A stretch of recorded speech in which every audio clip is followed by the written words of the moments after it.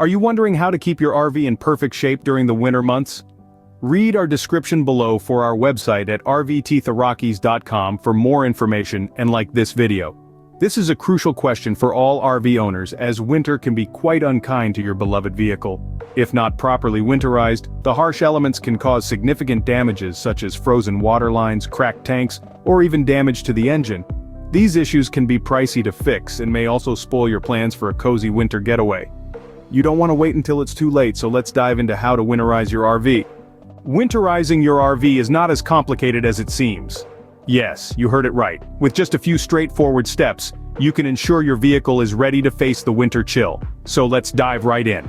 First things first, we need to drain all water from the RV. Start by locating and opening your RV's low point drain lines. There's usually one for the hot and one for the cold water lines. You'll want to open these up and let the water drain out completely. While you're at it, don't forget to drain your freshwater holding tank and the black and gray water tanks. It's essential to get every last drop out to prevent any freezing damage. Now with the RV water all drained out, the next step is bypassing the RV water heater. You might be wondering, why do we need to bypass the water heater? Well, it's pretty simple. We don't want to fill our water heater with antifreeze later on. That would be a waste of RV antifreeze and not particularly good for the water heater. So, locate your RV water heater bypass valve, which is typically found near the water heater itself, and turn it to the bypass position. Alright, with that out of the way, it's time to move on to blowing out the RV water lines. This is where you'll need an air compressor. Connect it to the city water inlet of your RV. The air pressure should be set to around 30 pounds per square inch to prevent any damage. Open each faucet one at a time, starting with the one closest to the inlet. You'll see water sputtering out initially, followed by a steady stream of air.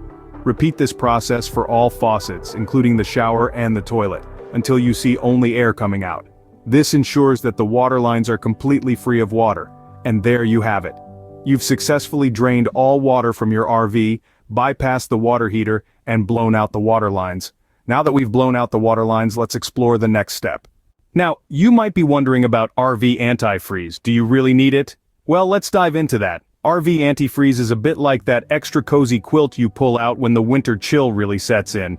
It's designed to protect your RV's water system from freezing in extreme temperatures. Just imagine, you're out there braving the cold and the last thing you want is a frozen pipe to ruin your adventure.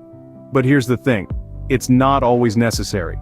If you find yourself in milder climates, where the mercury doesn't dip too low, you can probably give it a miss. It's all about understanding your surroundings and making an informed decision. Remember though, that every RV is unique, and what works for one might not work for another. So, if you're in a colder climate, RV antifreeze can be a great option. But there's another method you can consider. What if you could use an air compressor instead of, or alongside, antifreeze? Well, you can, and here's how. First, you'll need to connect the air compressor to your RV's water system. This is typically done by attaching the compressor hose to a city water inlet or an adapter. Once connected, you'll want to gradually increase the pressure. It's crucial to not exceed 30 pounds per square inch, as higher pressures can damage your RV's plumbing. After you've set the pressure, you can start blowing out the lines. Open each faucet one at a time, starting with the one furthest from your compressor and working your way closer. You'll want to let each faucet run until you see only air coming out, not water. This means that the line is clear. Now let's talk benefits. Using an air compressor to blow out the lines is incredibly effective. It removes most of the water from your RV's plumbing system, significantly reducing the risk of damage from freezing. Plus, it doesn't require the use of any chemicals, making it a more environmentally friendly option as compared to antifreeze. But of course, every rose has its thorn. While using an air compressor is a great way to winterize your RV, it can be a bit more time-consuming than the antifreeze method. And unlike antifreeze, it doesn't provide residual protection if some water remains in the lines.